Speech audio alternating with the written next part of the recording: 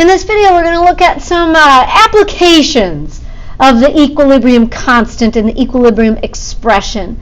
First, we are going to make note that you can do equilibrium calculations. You can set up equilibrium expressions with either moles per liter, like we've done in the past, molarity, or you can use pressures. If you have a system like this where all the particles are a gas, they could give you moles of gas per volume container. They might say, like, you have 1 mole of gas in a 1 liter container. Or they could tell you, like, the partial pressure of each individual gas. So we should just make note that we can calculate equilibrium constants with pressures instead of them always having to be moles per liter. So let's set this thing up. If it's in terms of pressure, they might put a little Kp in there. And sometimes they'll say Kc if it's in terms of concentration. The P is optional. I mean, if you leave the P out, nobody is going to have a problem with that. So let's set this up. Products over reactants. My product would be NOCl.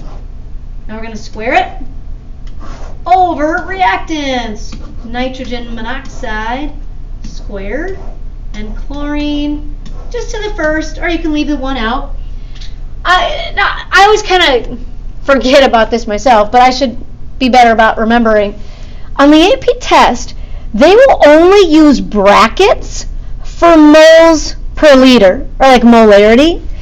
If the data is in pressure, they'll put it in parentheses. I mean, the setup is the same. It's obviously not going to change a darn thing. But just be aware that if you see parentheses, they're referring to pressures instead of concentrations. Technically, those brackets will always represent a concentration, like molarity, moles per liter. So let's plug and chug. What do we got here?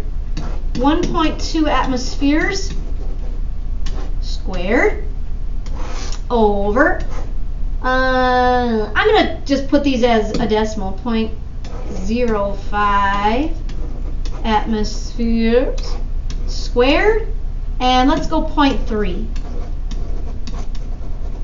And we'll raise that to the first power. I'll take them out of scientific notation. They're not that crazy. Kp then would equal 1,920. Yikes! It's kind of a large K value, don't you think? Now, this is something that we're going to refer to later on in this chapter, but it kind of comes up now a little bit. Remember how, like, K equals products over reactants. And notice, too, that they will always specify a particular temperature. Not that it really changes your calculations, but, I mean, all reactions have some kind of an energy component. They're either exothermic, endothermic. I mean, that's a requirement of a chemical reaction. There's some kind of an energy change. Now, sometimes it's not very substantial, so they don't put it in the system. Like, they're not telling me in this reaction where the energy value would lie. But by changing the temperature, that will always affect the position of the equilibrium. It might shift more forward, it might shift more reverse. So they'll always specify a temperature just to show that these values were measured when the equilibrium position lied at a certain spot, according to that temperature. Now here's what happens. Look at how large this K value is. This K value is crazy big. So if I look at the setup, it's products over reactants. At this temperature, at 25 degrees, this thing must, I'm going to put myself a little note, it must favor the products at 25 degrees. Again, I don't know where the energy value would fall in the equation, but because that K value is so large, and K is a measure of products over reactants, we must be favoring the forward. There must be more products than reactants. And I can kind of tell by looking at the partial pressures. The partial pressure of the product is definitely larger than the 2 reactants. If you had a K value that was really small, like 0.000 something, then at the conditions given, the reaction must be favoring the reverse. It must be favoring the reactants. Because if I go products over a large reactant value, I'm going to get a small K. So we can use just like a general snapshot of this K value to predict where the equilibrium lies. Is it favoring more forward? Is it favoring more reverse? At the conditions given. In this case, we have a really large K value. We must be favoring the products. Something that we're going to use later on. I mean, that's why I love the equilibrium constant, because it can give me a little snapshot of where the equilibrium lies. Are we going more forward or more reverse at the conditions given? Here's another little thing that we're going to use when we start looking at different types of reactions. All of these reactions given have the double-sided arrow, although the one in the middle is a little sketchy. I mean, 99% of the time we see the formation of water as a reaction that goes to completion. So that might be a little goofy example. I mean, usually we just see the arrow pointing water and it's a done deal. Homogeneous equilibria means that all your reactants and products are in the same phase. It's very common. You might have a system where all the particles are a gas. Or maybe all the particles are in solution. Maybe it's some kind of a fabulous redox reaction. Everything's aqueous. Heterogeneous equilibria means that you have more than one phase present. So all of these reactions listed below consist of more than one phase. These would all be considered heterogeneous equilibria, where we've got a mixture of solids and gases and liquids and aqueous particles. They're all present. Here's why we care. When we're looking at the position of an equilibrium expression, like the things that we can do to change the position of the equilibrium are like change the concentration, we can change the pressure, we can change the temperature.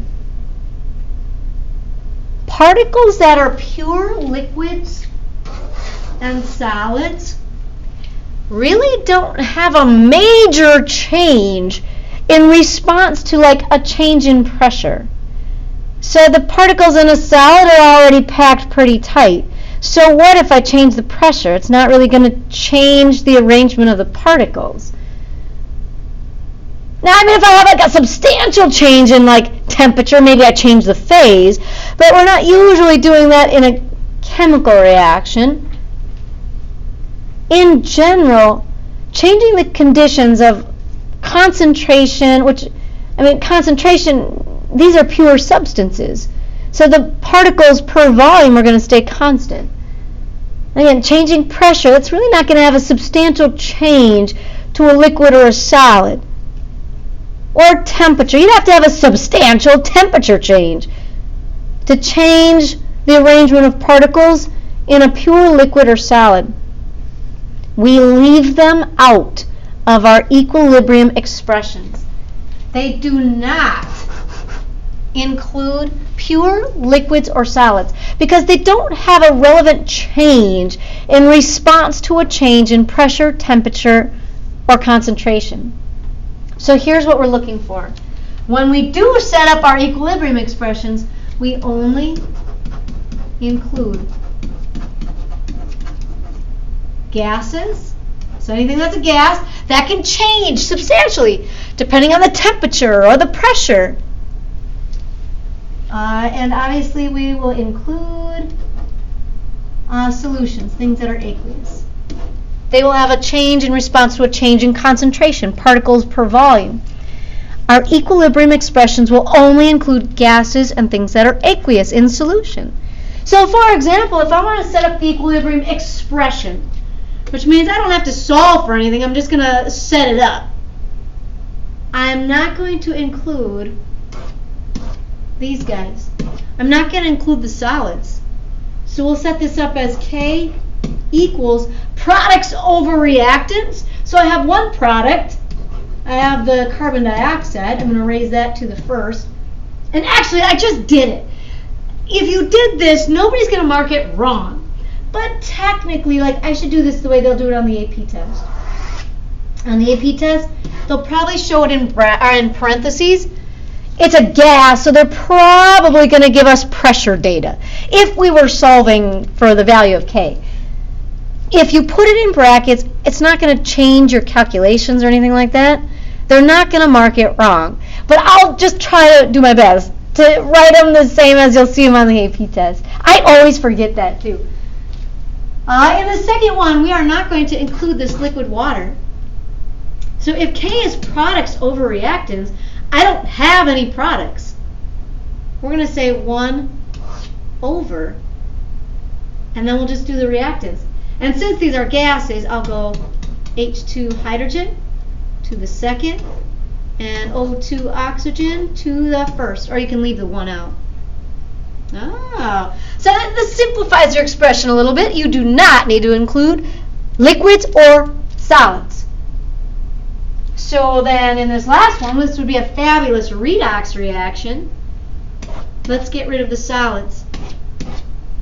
So my K will be products over reactants. This time I will use the brackets. These are aqueous, so they would be measured in molarity or moles per liter. You can say 2 plus 2, either is fine. That's going to the first. And then my reactant is the silver ion. Plus or plus 1 squared. So for future reference then, just keep your eyes open for solids and liquids. They will not be included in your equilibrium expressions. And you probably won't even be given data for them anyways. So don't freak out if you don't see data for like the solids or the liquids. You're not going to include them anyway. So here's the last little one that I wanted to look at in this video. A way that you could manipulate the equilibrium expression. So far we've just calculated K. This time they're going to give us the value of K. Consider an experiment in which some gaseous dinitrogen tetroxide is placed in a flask and allowed to reach equilibrium at a particular temperature where Kp equals 0.133. So the constant in terms of pressure is 0.133 at this given temperature. Because again, if we change the temperature, we would change the position of the equilibrium. At equilibrium, under these conditions, the pressure of the dinitrogen tetroxide was found to be 2.71 atmospheres. So we want to calculate the equilibrium pressure of the other particle, the nitrogen dioxide. This is so easy. You're going to love this stuff. All we got to do is set up the expression and solve for our variable. So we're going to have K, which if you want you can put the P, or you don't have to. The constant is going to be products over reactants, NO2 squared over my reactant, N2O4, just to the first. So let's see what we know. This time we have the constant. 0.133 equals, this is what we're looking for, NO2 squared over reactants. We have this guy, the partial pressure of the dinitrogen tetroxide atmospheres. And that's just to the first. Alright, so we just plug and chug. We solve this thing algebraically for the value of the unknown. So I'm going to have something like 0.36, if I go 3 sig figs, equals NO2 squared. And then we can just take the square root of both sides. Boop. And I would get, at equilibrium,